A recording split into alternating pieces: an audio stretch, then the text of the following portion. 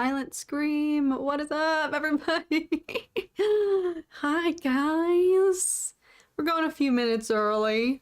I set it for 6:15 this evening because normally we're always like running to make it in time for 6 o'clock. So I was like, all right, let's just budget in an extra 15 minutes. But I've just been sitting here ready to go. We're waiting on Tom to see which attire he will be wearing this evening. Which suit jacket, which of his lawyer looks he's gonna be wearing. But hello to the early gang. What's up, everybody? You guys, I mean, does everyone else still feel like we're all riding a high right now? Like, I don't even feel like life is real.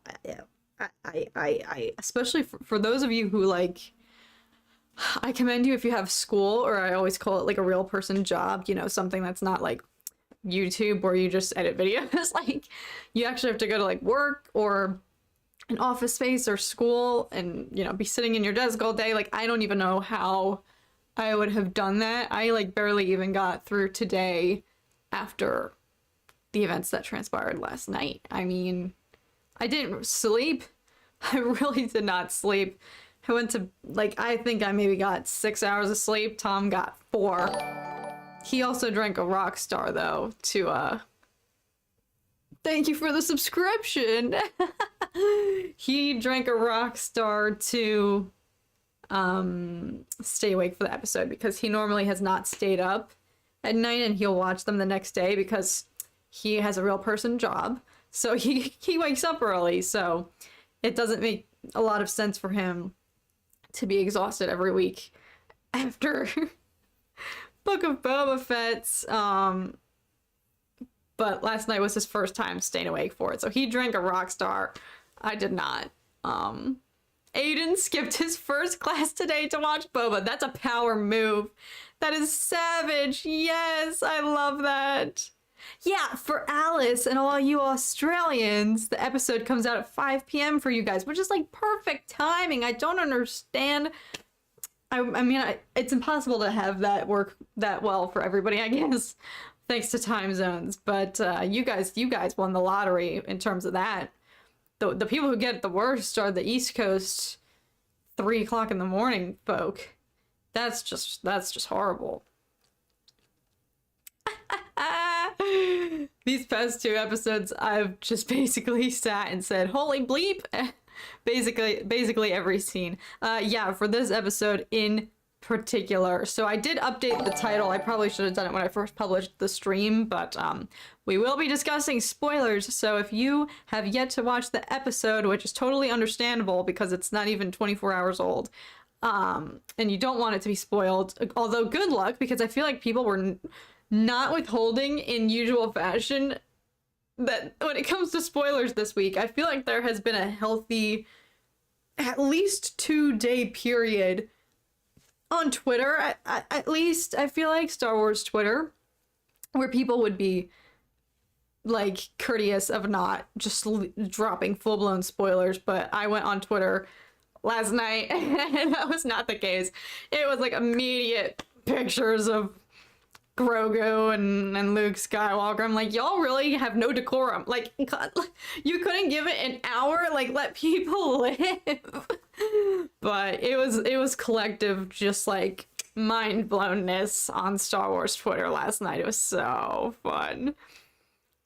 I couldn't focus on doing other things today myself. Yeah, I felt like the Crypt Keeper today because I was so exhausted, but also because I just could not focus on life.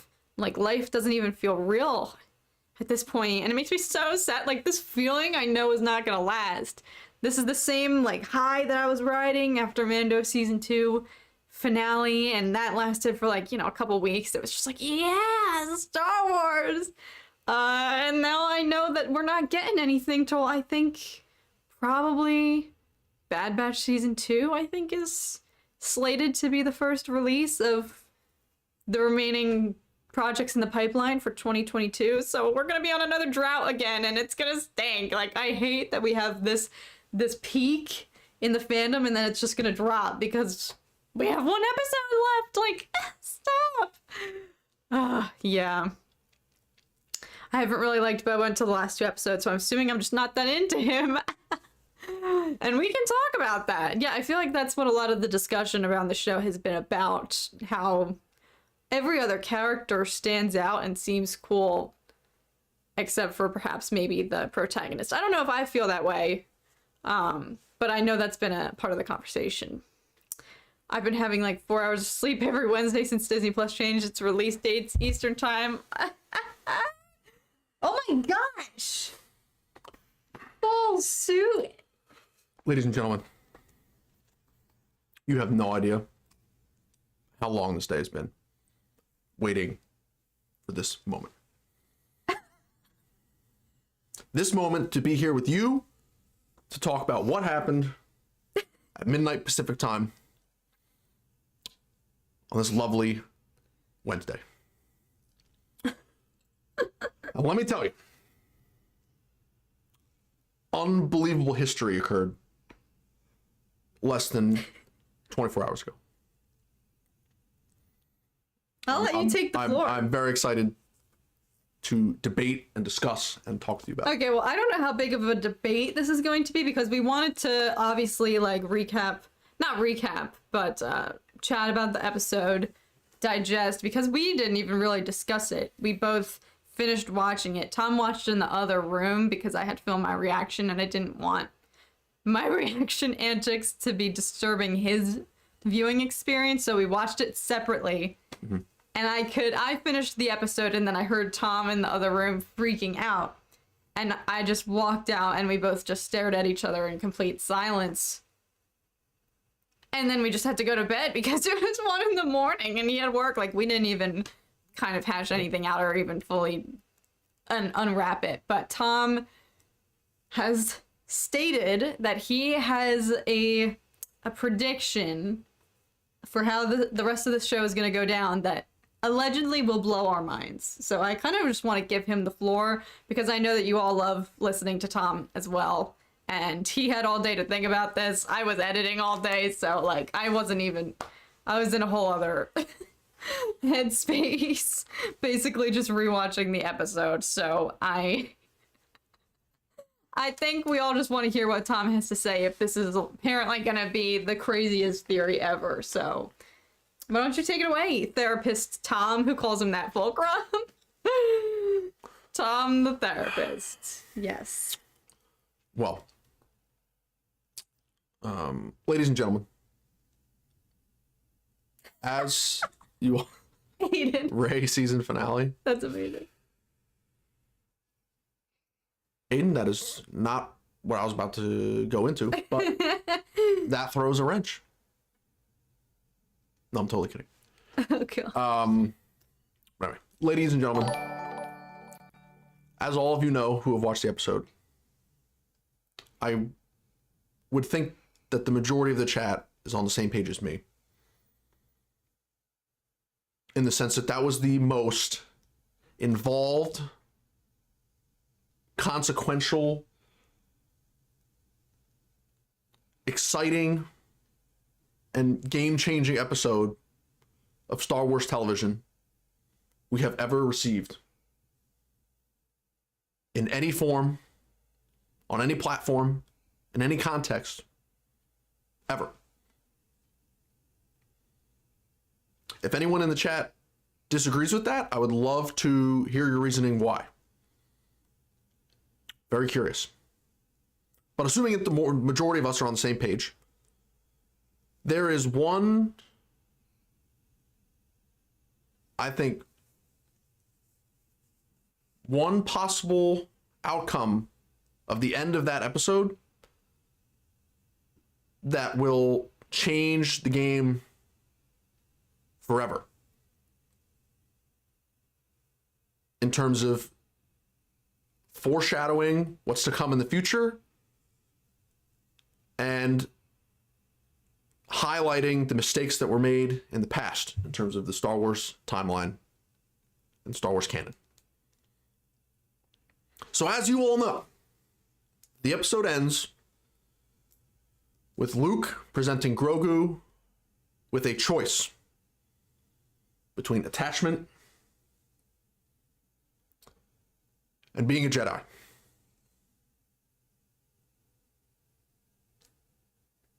Now, if you fast forward to Luke in The Last Jedi, he is very much on the page that Jedi should be, not how they once were when the Empire was able to wipe them out and take control of the galaxy. And we also know that the main character of the Star Wars saga, the main character of the prequel trilogy, happened to ruin his life due to not being able to express his attachments.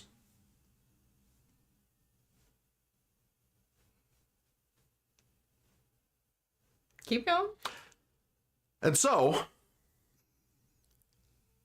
Luke presenting Grogu with this choice between Jedi and attachment is the catalyst that is going to open the floodgates in the Filoniverse and everything that's to come in the future. Because this singular moment and decision is going to be the beginning of the downfall of Luke that we get in the sequels. And it's also going to lead to the separation of him and his Jedi mentorship that we all know exists as Force Ghosts. And so here's my prediction. I believe, Grogu has two options, right? He either takes the armor and requests to go rendezvous with Din Djarin,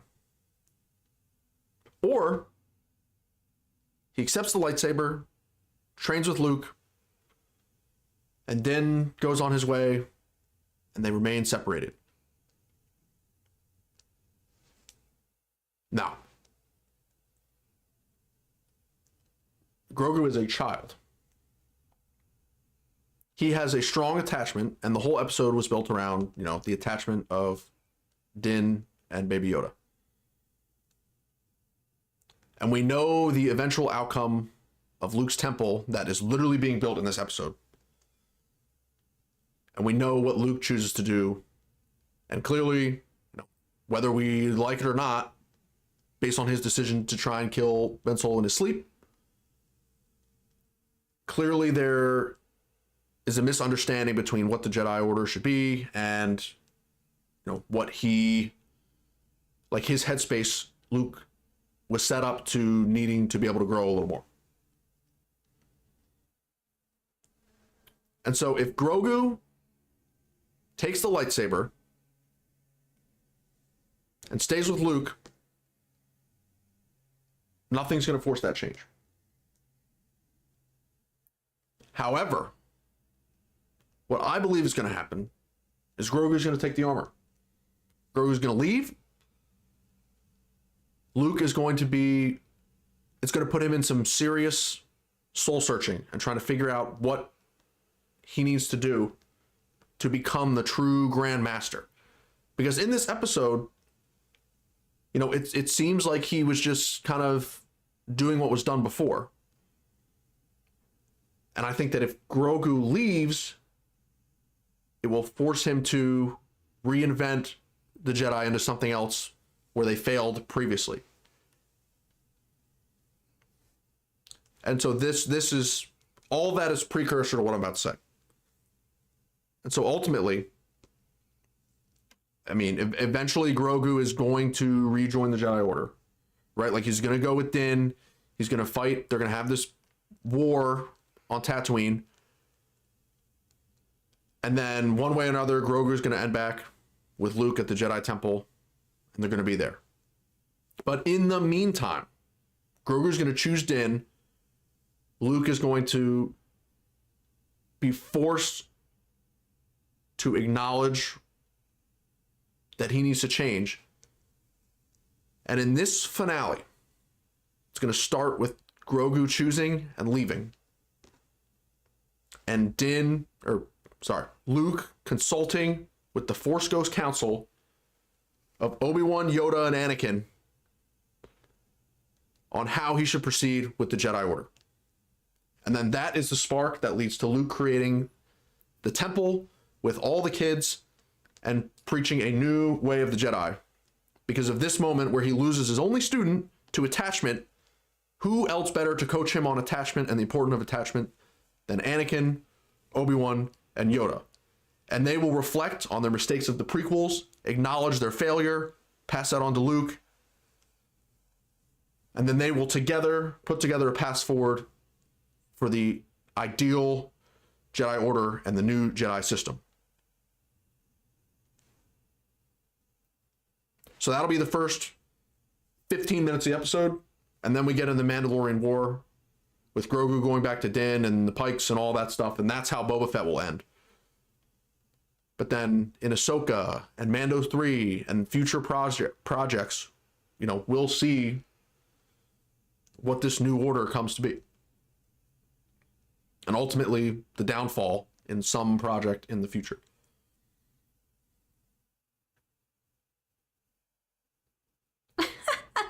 Thoughts?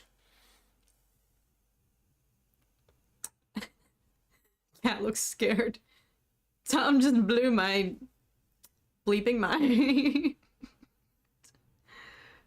I'll lose my mind if I see Hayden, you, and Yoda. Ah, Grandma Tom. Yeah, I was not expecting that of all things.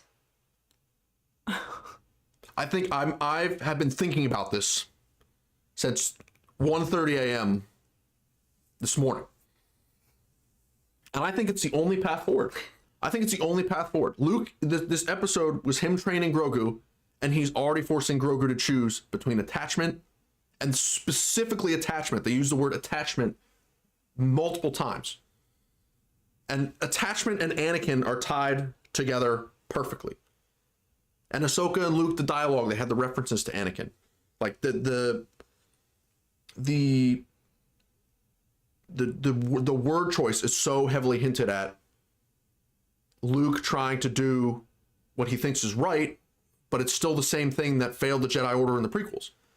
And so nothing's going to change. It's going to lead to the same failure if Grogu just stays with Luke, because then Luke's not going to have to think about how he needs to change the Jedi.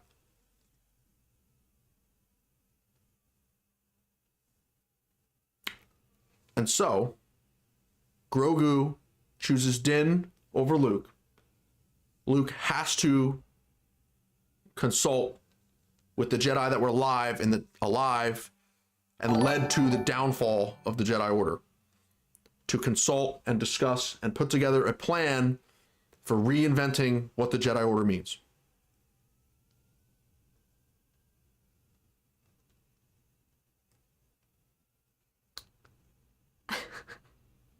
Some people are roasting me and some people are agreeing. Julian did not hold back. Yeah. Do you work for Lucasfilm? Know something we don't? During all of that, somebody commented, you still think Mace Windu's gonna show up? So much for that theory. I like Tom's theory more than people saying it's going to erase the sequels. Yeah, I don't think it's going to erase the sequels. I think it's going to enhance the sequels. You know, my big drawback with The Last Jedi was, you know, it went from Luke being the hero in Return of the Jedi to being a miserable hermit, and the only explanation we got is a flashback. That's it. But if we see him start to like change and build this Jedi Order where, like, you know, attachment is okay, and then, you know, it slowly develops into this point where he ends up turning on Ben Solo, and we see more backstory of why Ben Solo, you know, the darkness turning in him and Palpatine, Snoke's manipulation of him. Like, I think that that's all coming down the line.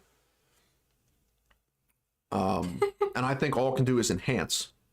I really, really, really highly doubt they're just going to build some story that just overwrites what the sequels did. No, they would not do that. But I mean, they even said in the gallery following Mando season 2, Jon Favreau said, "We've seen the way people received previous treatment of Luke Skywalker's character." And he didn't outright say we wanted to do something about that or we wanted to make things right, but he just kind of acknowledged that they're aware of fan reception of how Luke was treated in the sequel trilogy and that a lot of people weren't pleased about it. And I feel like they made quite the emphasis in this episode to illustrate how purist Luke is. Mm-hmm. He's very, like, old school Jedi in this when it comes to the attachments, and it just feels very hypocritical because we know Luke himself has Leia. Like, he has a sister and Han, and now a nephew, Ben Solo, who somebody said in my last video, like, that he would be 5 or 6 years old by this point. So he has a nephew. He, like, has family that he clearly did not separate from following Return of the Jedi. And so I feel like I was just shocked to see that knowing that he still had this narrow mindset, which inherently led to the downfall of the Jedi to begin with. Which leads me to, we know that he's linked with Ahsoka though, so she probably filled him in on everything. So they're probably she's hyper aware of the toll that attachment can take if you're trying to be a Jedi, because she saw what it did to her master. So they are probably extremely terrified to breed a new Anakin here, or breed a Jedi who's so powerful yet so susceptible to giving into their emotions and attachments that they could be that could be used against them if the Sith were to return. So when I say that out loud, no, it kind of does make sense that he wouldn't want to, this is his first student. He doesn't want to, like, forego all the rules and be like, yeah, have friends and family, do whatever you want. But he himself has his family, like, so I feel like, I don't know, I feel like they definitely made an emphasis to highlight how different he is in this versus his stance in The Last Jedi, which is him bashing, like, the vanity of the Jedi Order and them thinking that their way was the highway when that was clearly used against them and what led to their downfall. So I don't know about the Force guy. I mean, I honestly feel like that would be too much. Like, after this, who's directing? Is Jon Favreau directing the finale or Robert Rodriguez?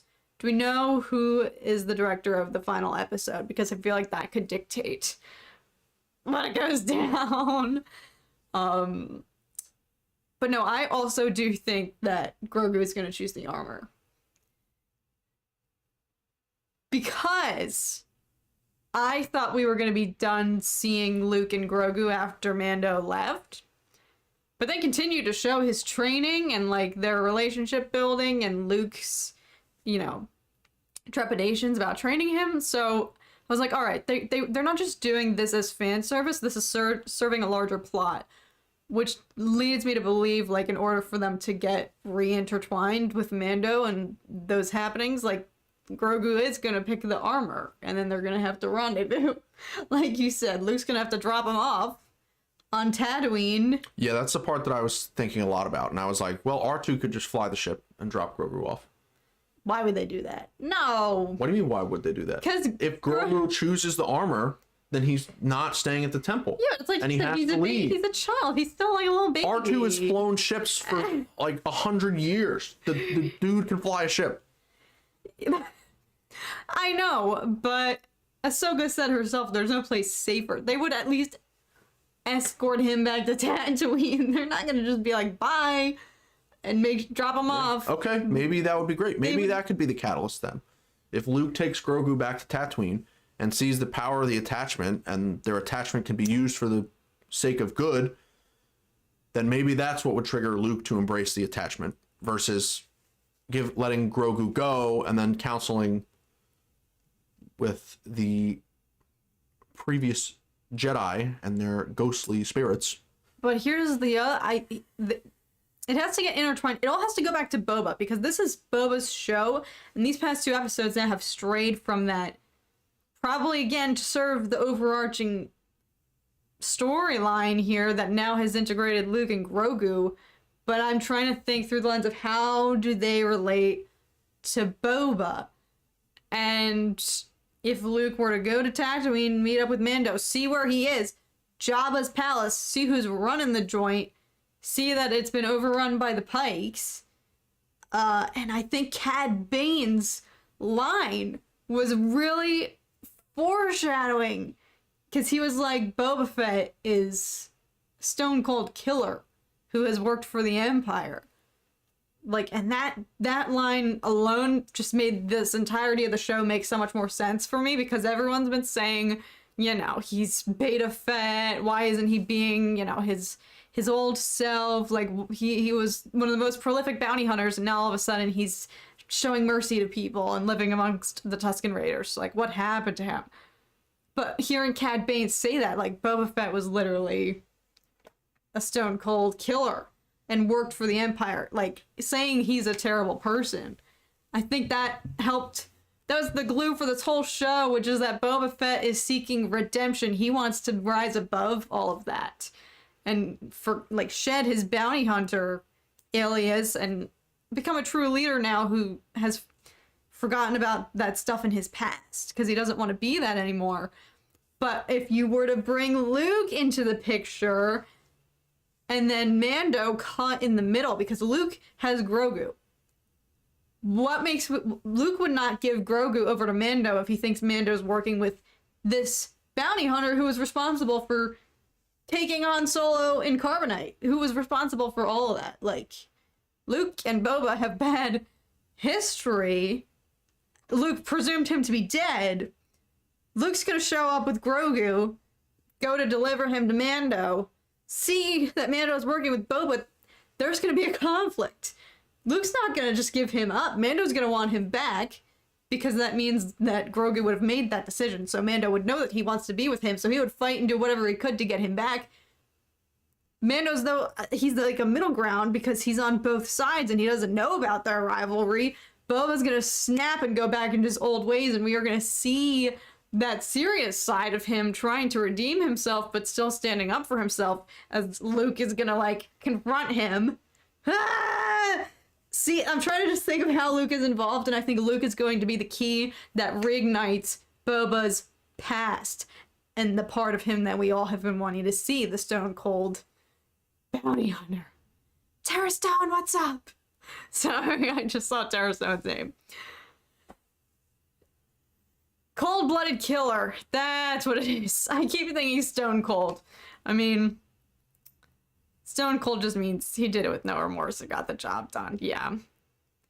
Cold-blooded, though, is... And we saw some of that in this season when he took out the biker gang after they presumably destroyed the Tusken camp. He literally had ice in his veins the entire scene. Didn't move a muscle. Like, just was mowing them down with no remorse, but literally not fazed by it at all. So we know that he still has it in him.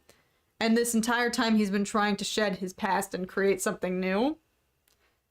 Luke's gonna show up, reignite that. Cad Bane's out there. He's got beef with Fennec Shand. Like, some sort of civil war amongst all these characters is gonna go down. I just don't know how they're gonna wrap it all up with only one episode left. This final episode needs to be like 120 minutes. Like, send it. YOLO, make this episode like an hour and 20 minutes for all I care, because I feel like that's the time needed now to conclude all this, because episode 6 added so much to the mix, but now we still have to resolve everything, and it still has to come back to Boba and his arc, and I feel like his arc has obviously yet to conclude. Something is going to happen for him, at least as a character. Yeah, I think that there has to be some time to Boba for the whole Grogu Mando excursion, right? Like, they wouldn't have had those episodes in Book of Boba Fett if all of those characters show up and contribute to the final episode and the war. So I agree. I think it's either, Luke ends up returning Grogu to Din and coming himself to Tatooine, or the reason the Luke and Grogu connection storyline started in Boba is because Din had to go get Grogu, and then Grogu is the one, and only he will return to Tatooine. But in terms of Boba's character, obviously it makes sense for Luke to show up because of their history. But I saw this brewing in the chat. And Luke has history with Boba, but not to the level of someone else. Boba has way more bad blood with another saber wielder. Oh my god, they cannot do that. They cannot. At this point, no, I don't think I'd be able to physically take it. I can't. Shakti comes out of nowhere, gets Baby Yoda, falls out of the window. Oh my god, stop. No, that would be sad. They could leave us on a cliffhanger for Mando Season 3 or Boba Fett 2. Oh my god, I can't handle that.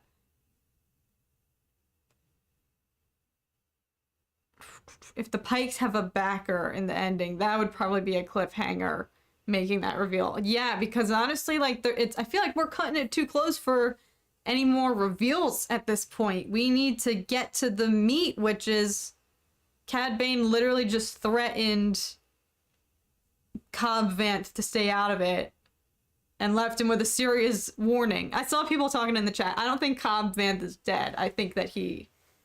Oh, he's toast. No, he killed the deputy. I think they're both toast. No, he killed the deputy to make a statement. You leave Cobb Vanth with a bullet wound to really make sure he was not moving at all. You can get hit by a bullet. We've seen it happen plenty of times where you don't move and then you're alive. So yeah.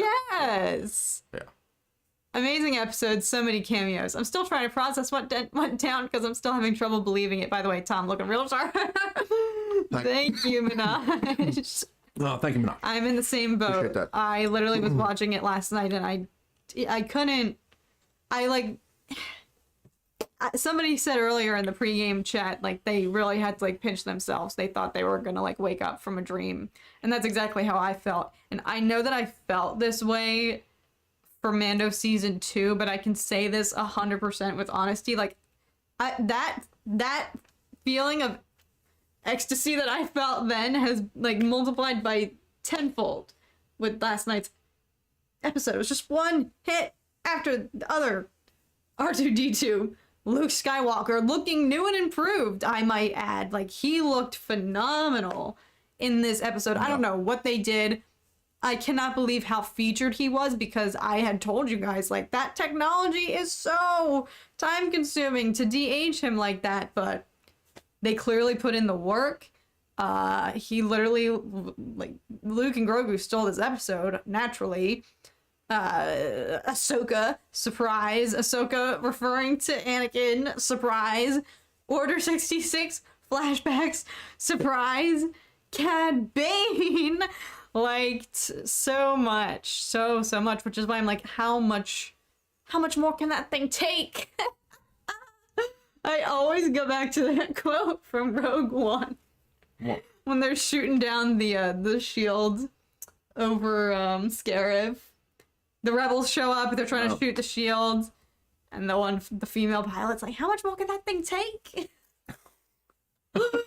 That's how I feel about my emotions after that episode. But again, I'm like, they're throwing so much at us. I feel like we still, like, we still haven't engaged in the full conflict, especially now with Cad Bane showing up, clearly leaving that message. Obviously, he's working for somebody. I think he's working for somebody higher up than even the Pikes. He's not just working for the Pikes. Like, they are linked with someone higher up. And look, if Shand can live for a day, old boy is alive cat. Yes. Cobb Vance, that would be stone cold of Disney if they were to bring back one of my fave new characters and then kill him off. I mean, I think that just adds more weight to the war. Like if they Cad Bane actually just rolls up and kills him. No, they added weight by blowing up the sanctuary. Yeah, both. It's even more weight. No. But no, someone has to be the messenger. Yes, exactly. To go back to Mando and Boba and say this happened. And I thought it was just going to be the Weequay bartender. Like I thought it'd be Weequay that goes. But yeah, I think it makes more sense for Cobb Vanth to do it. Exactly. I've been watching enough Peaky Blinders to know how this all works. Yeah. You kill somebody less important to really get your point across, and you slightly wound the leader to make sure that they don't forget it. You don't kill the leader right off the bat. Yeah. You just gotta make your point. Julian, thank you for your super chat. My prediction, Han Solo may appear. Yeah, I know people are saying that. I just can't. Now, that would also make a lot of sense, though. I welcome that one because Han Solo is a very applicable character to Boba Fett's storyline. So I would 1,000%. Stop. Garza Twip is dead. Capital DEAD. I know. Stop. That was really bold of them. I know the entire time I've kind of been saying, like, I feel like the show hasn't gotten as dark as I originally imagined it to be, but like that, what we saw last night was the content that I had been anticipating. Like absolute mobster, Pike syndicate, like just unprovoked blowing up a cantina and taking out one of the most glorious characters with them. I mean, Garza was she was so beautiful and like fearless, and I was hoping that her character was gonna go somewhere. Like, it seems like they had really been building her character to have something meaningful behind her, and then that happened. So yeah. Max Rebo! No! Well, they didn't show him though. Was he? Wait, they showed a member of the Biff band. I don't know if we saw Max Rebo. Because I feel like every time that we've gone into the sanctuary, I'm going to have to double check after this because that didn't even hit me. Stop. Everybody was so happy about Max Rebo. And then if he actually died in that explosion, that's tragic. But no, I feel like they've made a point to show his character every time that we've gone into the sanctuary. And I don't think they showed him last night. They have to. I got to double check the footage. Maybe he had the night off. Maybe he wasn't there. Yeah, I mean, Albert Cole makes a good point. All these characters that were on the sail barge miraculously survived. Yeah. Right? Like, literally everyone on the sail barge survived except for Jabba, because he was strangled. Everyone else survived. There was plenty of time to get out. It's not like it blew up in 2 minutes. There was a whole altercation before it eventually went down. Nic Gundy, thank you so much, but also... Nick. Me and my dad just got done watching the new episode. I got proven wrong, and we were both thrown off the whole time. We are satisfied. I'm so glad. Yeah. No, I was beginning to really lose hope and try to like quell my expectations after that we had reunited the Evil Ewok podcast last Thursday. It's happening again tomorrow. Shameless plug. But, and both Alex and Zach were like, yeah, there's no way they're actually gonna go and do a whole other tangent and go see Grogu and Luke Skywalker. Mando's probably gonna go do that, but then we're gonna see Fennec Shand and Boba Fett. We're gonna focus on them while Mando goes and runs that errand. And then maybe we'll see that footage in Mando Season 3. And I was like, you know what? I value both of their opinions. So I was like, you guys might be right. And I was starting to believe them, and I was like, dang it, they could be right. And it makes sense because they've been planting a lot of seeds for Mando Season 3. And originally, a storyline featuring Grogu and Luke didn't feel applicable to this show, but clearly it's going to tie in somehow, and I think that somehow involves Luke going to Tatooine. No. It's very possible. I don't It's know. very, very possible. One thing's for sure with the show, though, that they are not holding back whatsoever in terms of what's good for the story. You know? Yeah. In terms of all these Like, and cameos. world building and showing the interactions with these characters and enhancing what's come before and what comes in the future. Like, they are pulling out all the tricks of the trade to give us a incredible story. No, and so, I mean, episode 5, you know, people are saying it's the best episode of the show, but if you pitch that episode, it's like, this has nothing to do with Boba. Why on earth would we show this episode? You know, but from their perspective, they have a story, and it's all part of this planned story, and they want to get it out there. All part of the plan. Yeah. And so plan. no one could have ever predicted anything that happened in that episode. No one would have predicted anything that happened in this last episode. So why should we expect to go into the finale and be able to predict what happens? I think the only way we can think about it is from a story perspective. Right? So at the end of episode 5, Mando says, I need to go see a little friend. Obvious plot for the next episode. Mando goes and sees a little friend, and then he sees Luke, which all that happened. But then they gave us so much more. They tied in Ahsoka and Luke's relationship. They tied in the way Luke is going to train Grogu and build the Jedi Order. They tied in Order 66. And I saw someone in the chat saying that, you know, the 501st got that close to Grogu. And so there's only one explanation. If all of his Jedi protectors were killed, who took Grogu from the temple? And that scene, it has to be Palpatine. Palpatine had to have went in and taken and instructed the 501st to go in and find Grogu to capture him. Because at this point, you know that he's thinking about cloning. You know he's thinking about surviving beyond death. So what other suspect than this young being of the same species as the Grand Master of the Jedi Order as your host? I think it makes perfect sense. And whoever said that in the chat, you are a brilliant mastermind. Because in the flashback, you literally see all his Jedi protectors die, and it's just Grogu and the 501st. You know he doesn't die, so he gets captured. And it makes sense because no other Jedi would have been in the temple to save him, unless Jocasta knew, because she survived. So maybe it was her, but like, in terms of the story they've set up and Palpatine's obsessiveness with cloning, if Palpatine takes him from the temple, and then sometime between Revenge of the Sith and Mando Season 1, some Jedi rescues him from Palpatine's captivity and hides him with the protection of all these bounty hunters so no one can come and get him, I think that explains how Grogu gets from Revenge of the Sith to beginning of Mando Season 1. Jedi Bob. That's a good point. People are saying Anakin saved Grogu? If he was instructed to, then by Sidious, then he could Yeah, have. I think Anakin spares Grogu in the instruction of Sidious makes sense. But I don't think Anakin would have went in there and spared him himself without instruction. I don't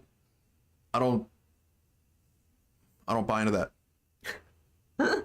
Because I think that would damage the temple raid in Order 66. If Anakin just goes in there and he sees Grogu and he's like, oh, I'm not going to kill you, but I'm going to kill all the other younglings. But if Palpatine instructs the 501st and Anakin to go in there, kill everyone, capture Grogu because he's the prime ideal Force-sensitive cloning DNA host, then I think that enhances everything.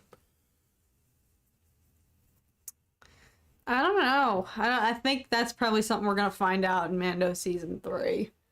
They're probably gonna sprinkle in little Grogu flashbacks intermittently. I feel like I don't know if we're gonna learn that. I was real salty that they didn't reveal that in this episode, but I'm like, of course, they have to save it. But yeah, I mean, it's I believe it. I didn't have any other idea. Like, honestly, they could have shown anyone if they were to reveal it in that moment. I was fully prepared to just be completely shocked because I was like, who could have done this? As everyone would say. Oh my god. Jordan! Stop! Jordan Fidalgo. When my real life friends show up, stop! Tom, you're scaring me. Yeah, Tom had a lot of predictions tonight. A lot of I'm not taking credit for that. Someone in the chat. I didn't even brought that to my attention. Though. I didn't even see that. And you're watching the flashback and you're like, okay, the 501st literally kill all the Jedi in the scene. It's just Grogu staring at the 501st. But we don't see the full picture of Grogu. We only see his little head. I can't even tell. He's so small. Like, it almost looks like somebody's holding him up because you're looking at it like eye level. It's not like we're seeing it. I don't know. I have to rewatch the footage back, but I don't think it looked like his perspective, which would have been him on the floor looking up. Yeah, it was the eye level. He's literally like half his age at this point. Yeah, no, he and so small. He's probably just in a cradle or a basket or something. Maybe. Tom, you're scaring me. Well, guys, why don't you share? I really want to hear other people's predictions for the finale. I do think it's plausible if Han Solo shows up, and honestly, at this point, I'm not opposed to it. I'll take it. But I feel like we can only afford one more large cameo at this point. Do we think that's the last that we're gonna see? That's the wrong mindset. Okay, no, this is what I wanted to say. That's the wrong mindset. I fully subscribe to what Theory always talks about because everybody always gets on too much fan service, too many cameos, and I agree with his logic. There's no such thing as a cameo when all of these people are existing at once. Why would you exclude any of them when their storylines are overlapping? And if it's applicable, like, they are existing in the universe together at this one moment in time. And they all, yes, have separate stories, but they relate to each other. So it's not considered a cameo because it makes sense that they would show up. So I totally agree with that mindset. So I just use the word cameo. I guess I could say appearance or whatever. Guest role, but I don't know how much more surprises we can take. I feel like they had so many surprises last episode, they need to just let some of those unfold. Like, is that the last we're gonna see of Cad Bane? Like, there's just a lot still that needs to happen. It's like we've just been going, No, but all the stuff that needs to happen isn't going to happen in one episode. It's going to happen in external shows. I know, but I cannot handle that. All these other shows that are taking place, that are building and, conjoining into one storyline. Yeah, no, I can't. I don't know how much.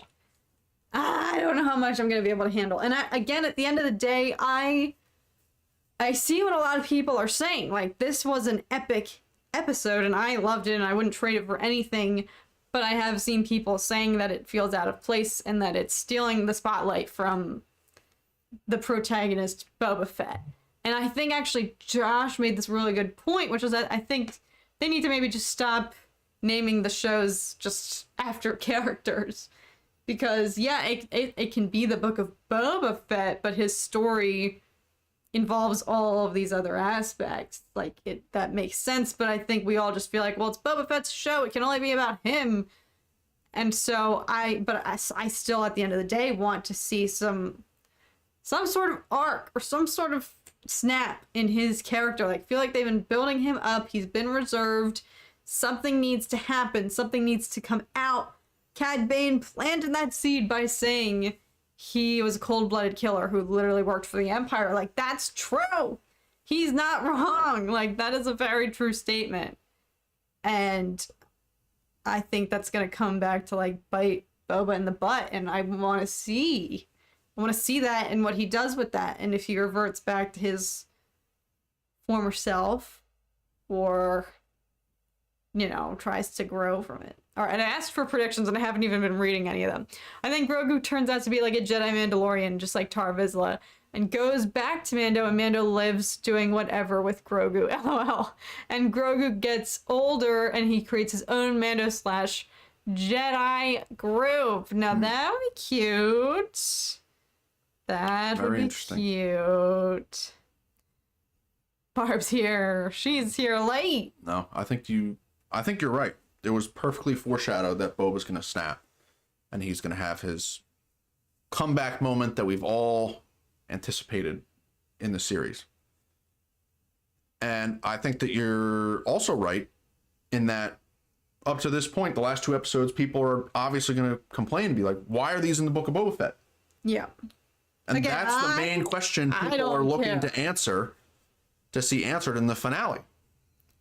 And so the only way they pertain to Book of Boba Fett are if the characters in these episodes have a huge role to play in the finale. And obviously we're not going to know which of those characters show up in the finale and play a huge role, and which of those characters actually trigger this huge awakening, this monstrous awakening in Boba Fett. You know, we can't predict that until we see the finale. But this goes back to the main thread that we have discussed, I think, in every single week of this show. Where if you look at Boba's character and his night terrors, there is one character that just from showing on screen would have the instantaneous snapping and meltdown in Boba's character. And that is Mace Windu.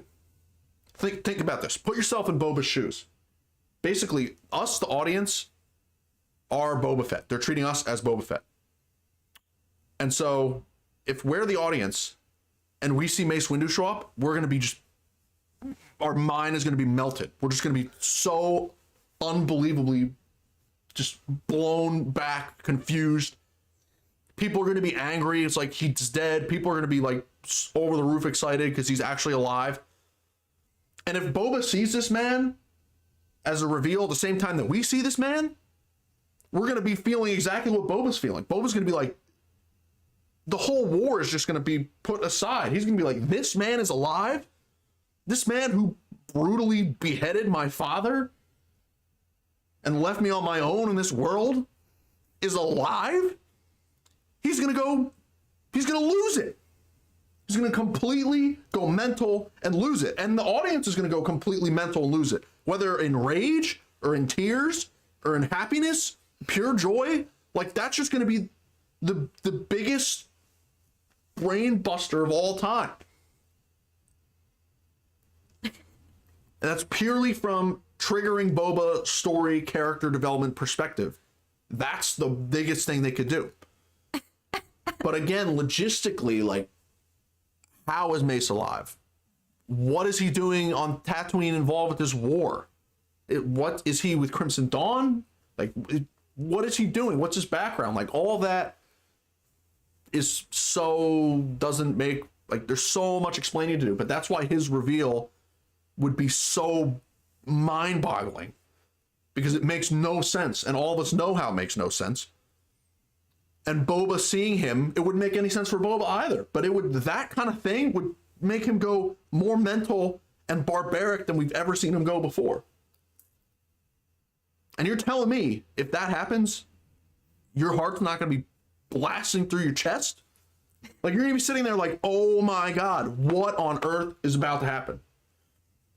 That's how I felt this episode. All right, we gotta go back. Danny, thank you so much. This episode was like Captain America Civil War, which is not really about Cap exclusively, but it was more so a vessel to further the overall story. Yeah, I agree. I always consider Civil War, I always call that an Avengers movie, even though it's a Captain America film, because these are the Star Wars Avengers here. Like, that's my reaction. I was like, squad, because we got Mando, Boba, Fennec.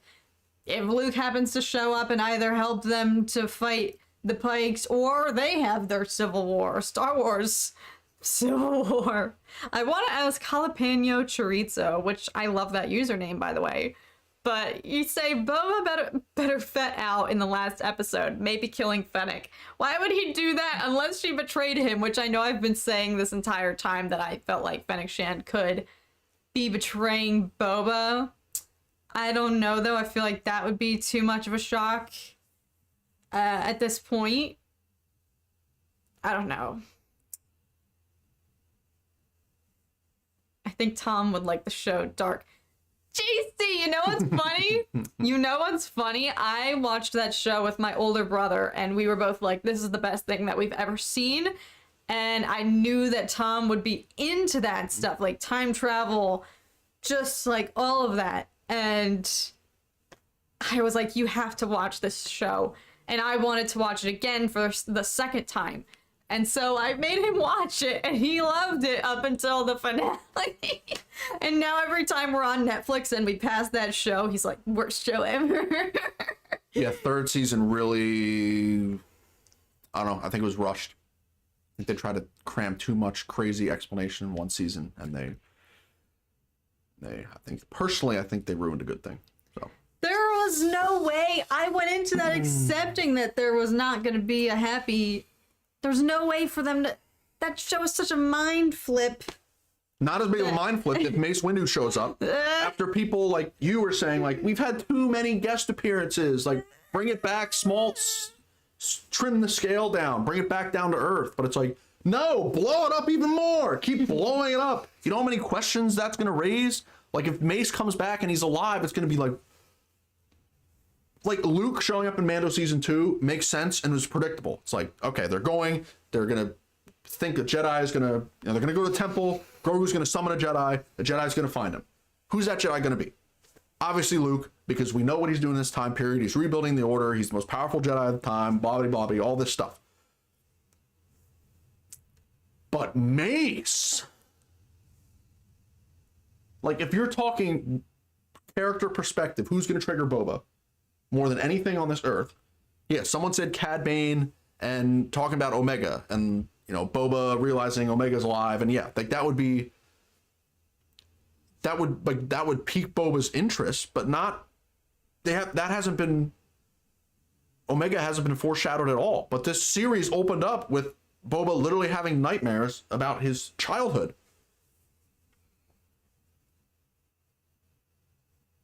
And so what better way to start from literally the shot of him holding Jango's head to the end of the show being confronting the person that chopped his head off? I don't know. Okay, I feel like Luke's entrance into their storyline, though, could serve as the trigger that Mace Windu's appearance would do, but I don't think that's going to happen at this point. Yeah, I don't think it is so aggressive and way out there. I don't think it's gonna happen either. I don't think that I agree. I don't think it would happen. I don't think it's gonna happen. Just want to give a shout out to Charlie. I see you being a mod. Thank you.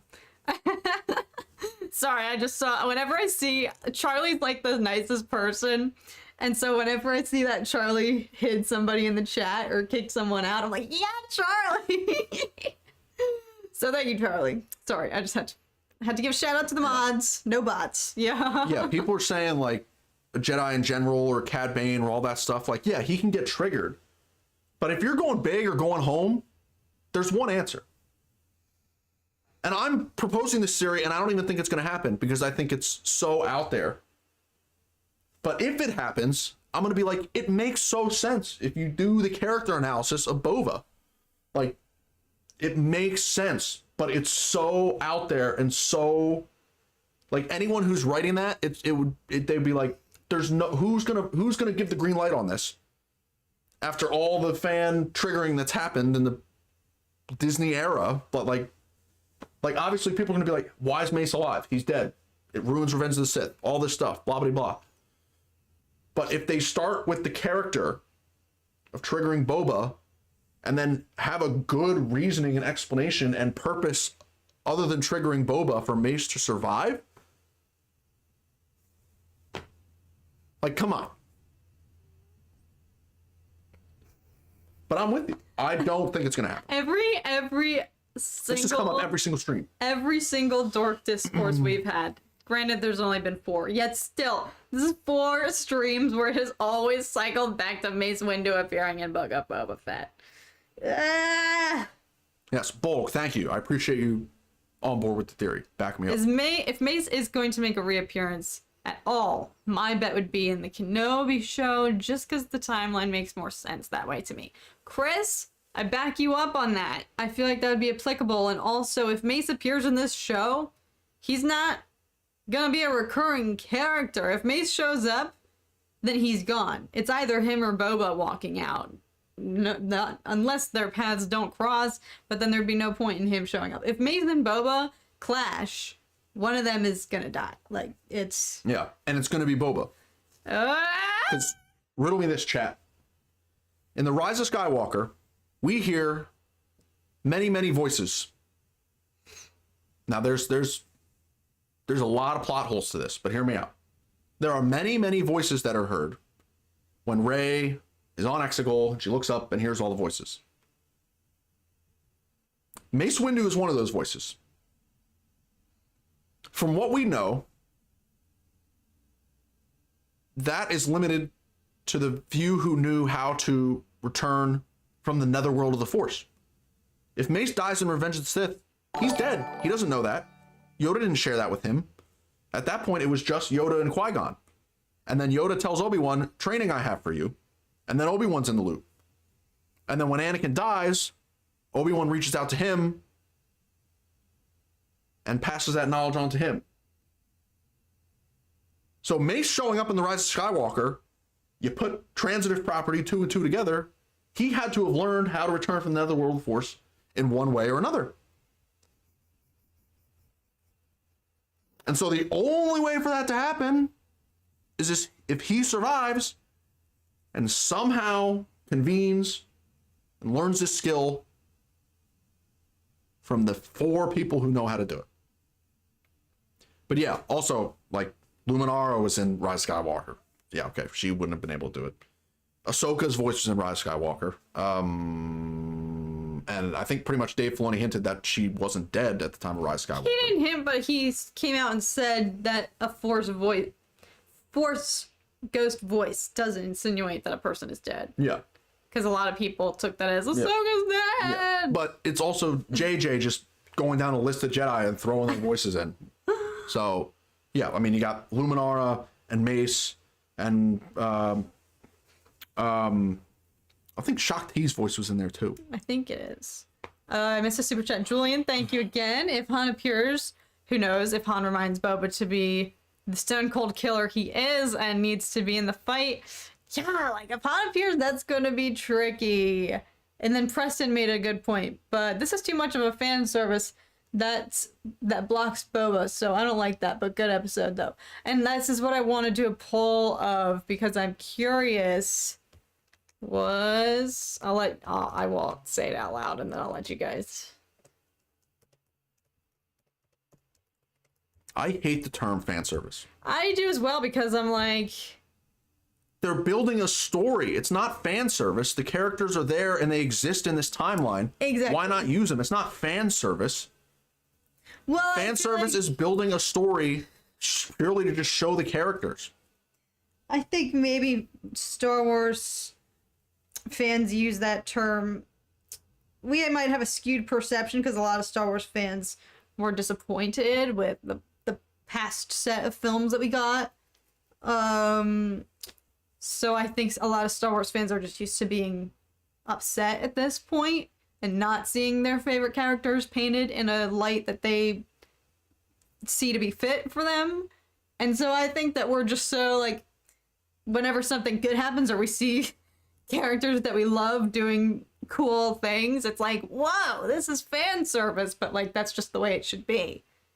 It's like, yeah, these characters are badass and they all exist at once and they're all doing cool stuff and they all have an impact on each other. Like that's just the way it works. That's just TV. That's not like creating a Fan Star service. Wars show is fan service to a fan of Star Wars. Exactly. Like everything is meant to be ingested by it's supposed us. to be enjoyed by fans. Yeah. Like, that's the whole point. Yeah. The whole point isn't to make a story that's going to trigger everyone. Mm-hmm. Like, the whole point is to make a good story in the Star Wars universe, and that includes using all the pieces that it has to offer. I'm glad to see most people are voting no. Yeah, that's what I mean, that's how I felt too. I think maybe more so the complaint is not that it's fan service, but that it was a good episode, but felt not like it fit in. Because if, I mean, I will admit, if you look at episode 1 of Book of Boba Fett, and then look at episode 6 here, and think about, you know, everything that happened in between, if you were to show me episode 1 and then episode 6 back to back, I'd be like, these are completely different shows. How did we even get here? So I understand that argument that some people, I mean, it's not an argument. I've just seen people observing that. I think that people are being too quick to judge. There's a bigger story at play. And yeah, in the moment, you know, these technically are other side quests, like going to the spider cave and other things, but on a much grander, more powerful scale because of the characters that are involved in them. But they're clearly all building to a bigger story. And I think that this finale is going to really hammer home the reasoning for including these episodes in the Book of Boba Fett. I agree. And I think in order to do that, they need to involve Luke Skywalker on Tatooine. So people on Twitter are different. LOL. I saw someone tweeted that it's now won a series without Dave or John writing. Bro, we're having the best Star Wars since Rogue One episode 3. Yeah. LOL.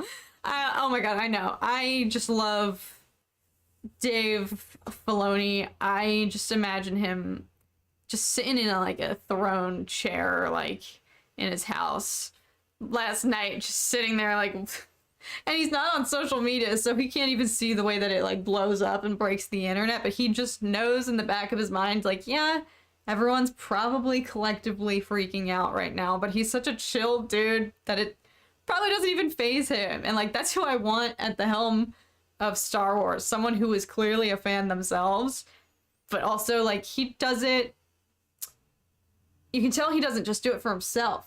He makes decisions that he thinks best serve the overall plot, the universe, the characters, and if it's fan service, then give me more. I don't care. He's amazing. No cap. I know. Gotta head to bed. Have a good night, everybody. Oh, TMoney. Wait, how did you Later, feel? T-Money.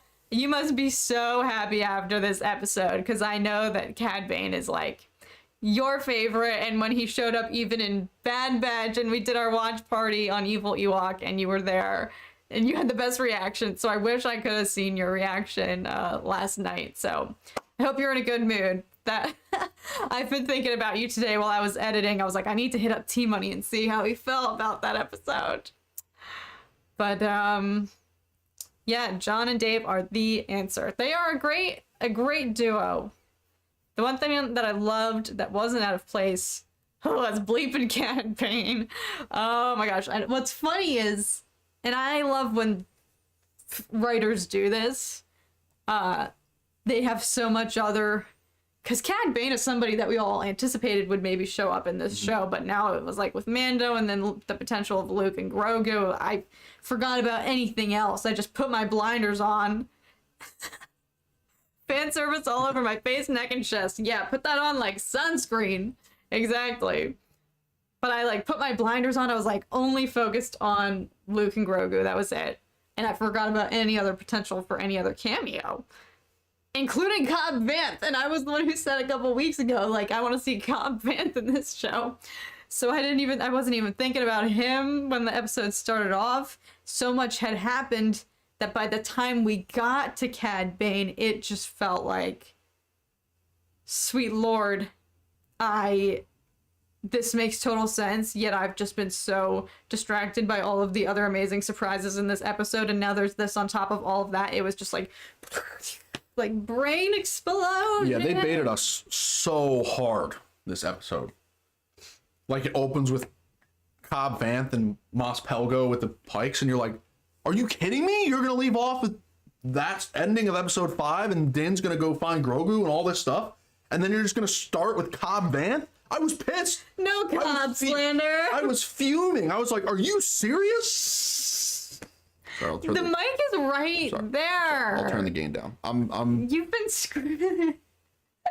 Oh, You guys. have a good night. I'm out. No, I'm just saying, you're screaming right into the mic. Some of these folks are wearing headphones, probably. Apologies to the headphone users. But yes, needless to say, no, I will not tolerate Cobb Vanth slander. And he had a great scene. Showing the Pikes who's who. And literally kicking over a full chest of spice. And I feel like there's something, like, he knew. He looked down at it with, like, such disdain. Like, it almost looked like he either had no idea what it was at all and couldn't care less, so he just kicked it into the wind. But there was also, like, a look on his face, I feel like he had some sort of vendetta. Maybe just everyone has a vendetta against the Spice. It's not that bad on the other side. Okay, I'm glad, Nick, because I'm over here like, ah! Dave is always good, decent to me. And sometimes just decent. He's not like George, but I'm still trying to hold on to Dave. Oh my gosh, that's funny. Oh, imagine if Mace contacts Boba in his dreams to taunt him. LOL. I'd love to see that. Samuel J would be loving it. Oh my gosh. That would be interesting. Cad Bane in live action was epic. Yeah, I thought he looked really good and he was absolutely terrifying. He was so...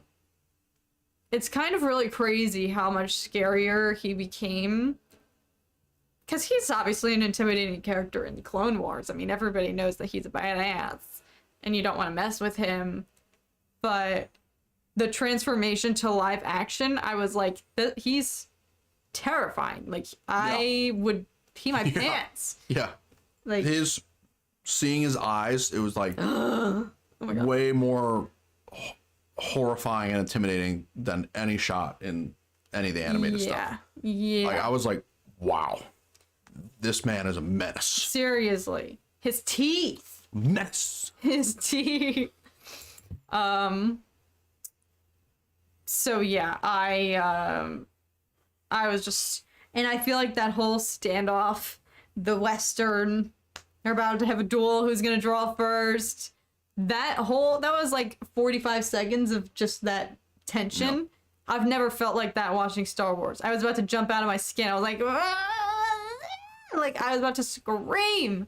Like, just so many emotions in this past episode that I experienced that I've never felt before while watching Star Wars. Like, I'm so upset that we only have 1 week left. I had a weird thought today, though, because I'm like, what if they surprised us? And what if they're like, psych? What if we watch next week's episode and there's a major cliffhanger or something and we're all like, no! But then they're like, episode 8 coming next week, or like, if they were to just drop a surprise, that would never happen. No, I think it's going to be like a 2-hour episode. Whoa! To be completely honest, I think it's going to be a movie. It better be. I think it's going to I'll be be awake till 3 a.m. I think that they've been laying the foundation of these syndicates and including them in Clone Wars and Solo and all this stuff. And I think that this finale could be like the clashing and like the syndicates of the galaxy show their true full force. You know, Bane is just the beginning, you know, but then we're going to see all these syndicates and crime bosses come together and see the war. I mean, they've been saying war, so there has to be a war. You can't have a war in a half-hour episode. I think it's going to be like definitely over an hour.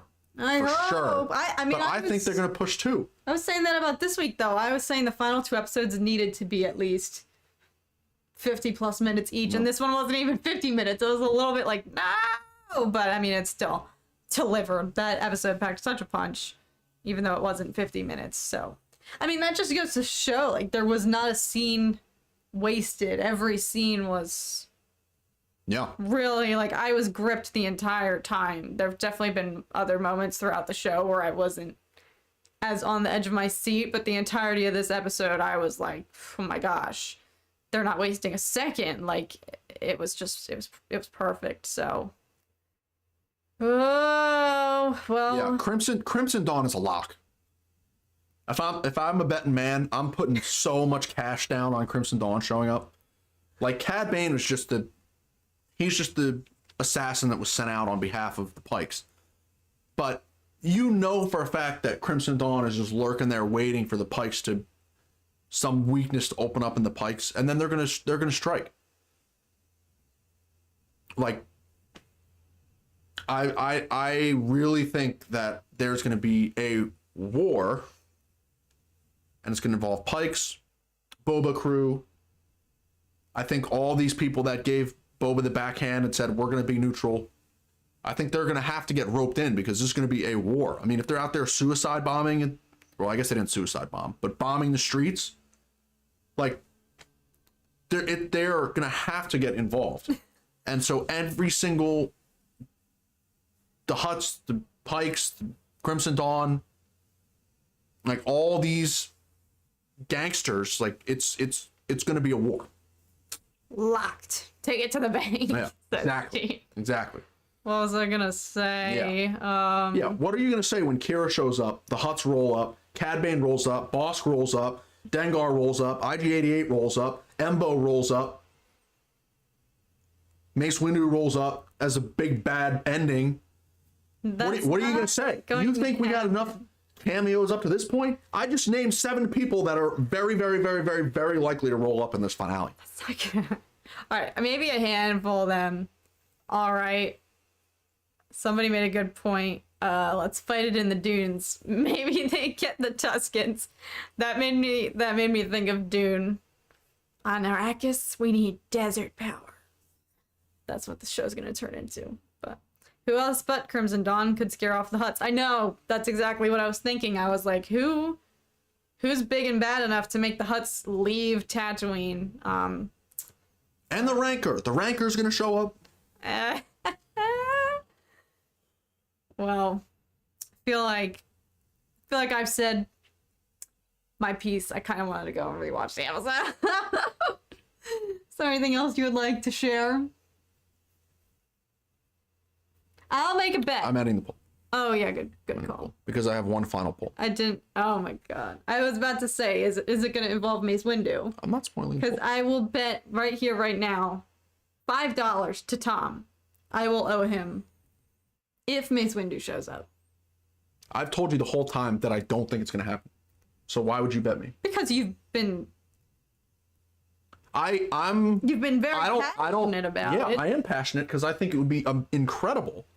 But just because I think that it is incredible and we would be the most impactful story, doesn't mean I think they're going to do it. You know the cojones it would take to actually pull that off and do it? That is a bold move and very, very aggressive. But hey, the last 2 episodes have been incredibly aggressive. And I love it. Too much too soon. Looks like the Jawas will turn up. Yup. Well, are you gonna make your poll? Yeah, I'll make my poll. Well, you guys heard it. I owe Tom $5. And I will make a formal apology video to him. Yeah, I mean, you're just a hater of the whole idea. But it's like your Kenobi theories.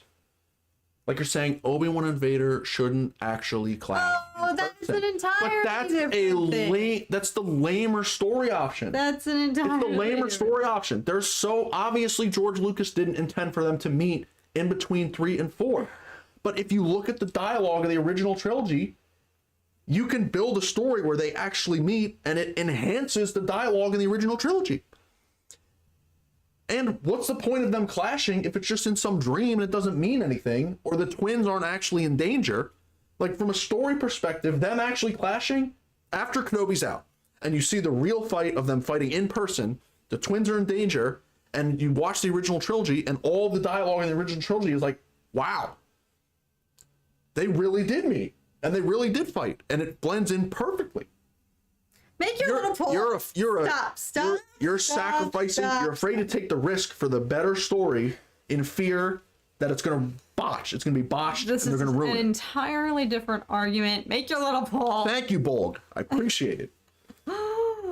I'm so heated right now. Make your poll. Make your little poll. Do your poll. I forget my poll. What was my poll?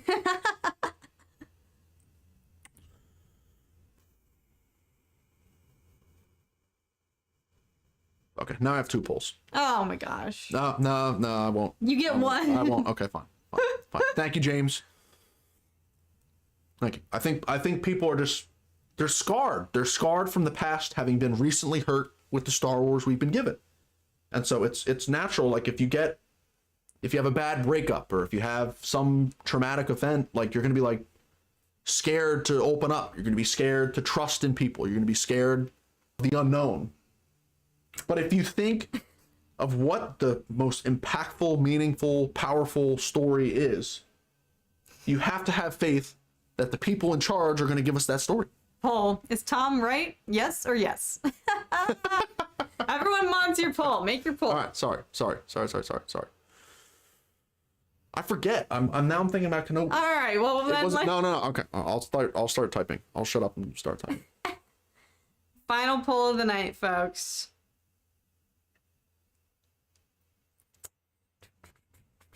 Do you even remember it? No. You're just making one up. Yeah, Darth Nyla says it's not good to have overconfidence, bro. I agree, because like, you know, when The Last Jedi was coming out, I was very overconfident. I was thinking it's going to be the best movie, like arguably the darkest, most meaningful Star Wars movie of all time. And I walked out of that theater and I was like, all right, don't turn this into a sequel, man. I'm trying to say, like, yeah, I've been burned by overconfidence in the past. Like, I literally went into Last Jedi, and I was like, this has the potential to be, like, my favorite Star Wars movie, favorite movie ever. That's not confidence. Of all time. That is overconfidence. That's optimism. That's the same thing. That's confidence is if you were to walk in there and be like, we're going to learn Rey's heritage. We're going to see this and this and this and this and this. And then if none of that were to happen, that's overconfidence. I think it's just optimistic to think, and you weren't in the wrong because the marketing for that film is incredible. And I still watch the trailer for that movie and think this looks hype. I think we all went into the theaters with a lot of optimism because the advertising was literally peak Star Wars. Yeah. Make a poll. Darth Maul appears. Stop. Now it's too much. All right. I'll type in the poll. I'll talk quietly.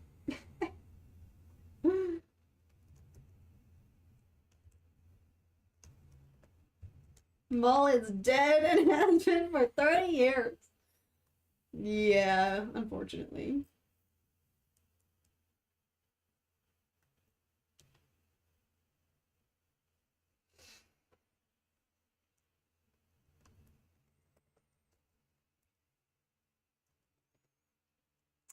Bulk says it's not overconfidence. I genuinely think that they're setting up for something big for the finale. And I agree. I just am like, I physically don't know how much more I can take.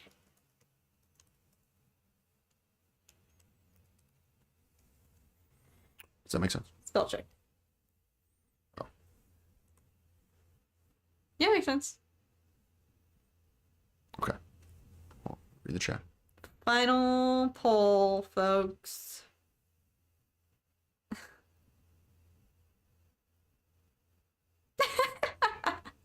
What, sweat off my brow? I know. I'm very heated right now. Tom's on a whole other level this evening. Very heated right now. Okay. All right. So chat, I want, only think about in the context of the story and the characters when you're answering this poll. Don't think about all the background.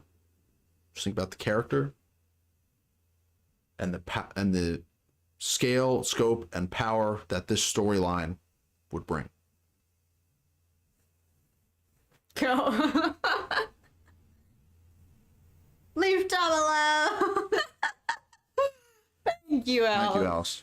Thanks for I don't think anyone's dunking on Tom. I think he just showed up tonight with a. This is not Tom's normal energy, and you guys have seen him on stream. He only gets this passionate about sports and Star Wars, so.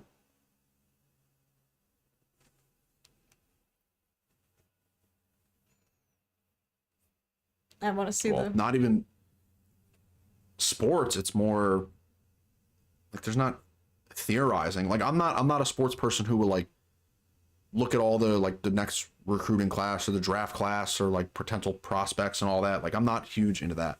No, but I'm very passionate in the moment. Yes, Yes, I'm very passionate. Care in the about moment. your team. Oh, speaking of, I forgot we got the rest of the soccer game to watch. Calm down, guys. Says Brett.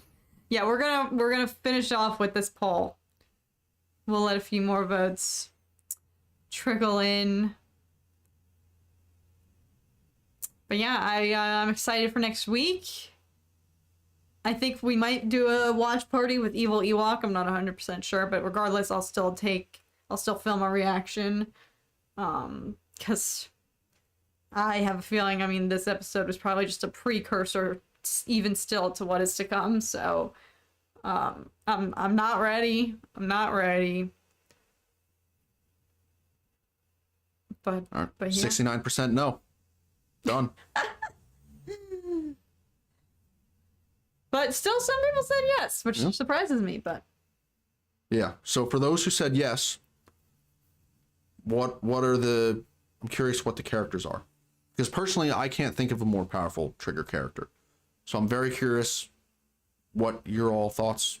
That wasn't English. What thoughts you guys have and what characters you're thinking of. Evil Ewok must go down. What? Oh, meaning... I see what you... I thought you were saying, like, we should stop. But I think your real context is like, yeah, it's going down. Next week, be there. I hope that's what you mean. Not like burn evil Ewok around, yeah. Down with Evil Ewok. I'm not ready. No one ever is. No one's ever really ready, as Luke Skywalker would say. I think the people who said yes are scared because your energy. They don't want to fight with lawyer Tom. I'm genuinely curious. I'm not gonna slander you. This is supposed to be a slandering environment. Like if you guys have differing opinions from us, like we're not gonna slander you. I don't slander her. She and I don't agree on anything. Literally nothing. Kenobi, Han next. Even Luke Skywalker. All right, us. Kenobi Which over Rodian is Mace? that? I think this is little Greedo, right? This is from Sal. Sal gave this to me. Is this Greedo because he's got a little blaster? Yeah, it's Greedo. Who shot first? I mean, all Rodians look pretty much exactly the same. I want to get one of the red guy from Book of Boba. What does he say? He's like, when he just snaps at Boba. I need to just have a gif of that. But It's Sinister Maul, not like the power the character has, but the effect they would have on Boba. Yes, yeah. If that character shows up on screen, is there someone who would trigger Boba in a more emphatic way than Mace Windu? I don't know if you guys have been able to see, but Tom's tie. Did I get you this one? Yes, this is the first time I've ever worn this. So much for that money I spent years ago. It has stormtroopers on it and then a little Darth Vader at the bottom. I don't know if you'll be able to see. It's really faint. He dressed for the occasion. But yeah. All in all, last night's episode was, with all due respect, Tom is the man. Thank you, Julian. I appreciate that. Yep, it was good. You're gonna say all in all?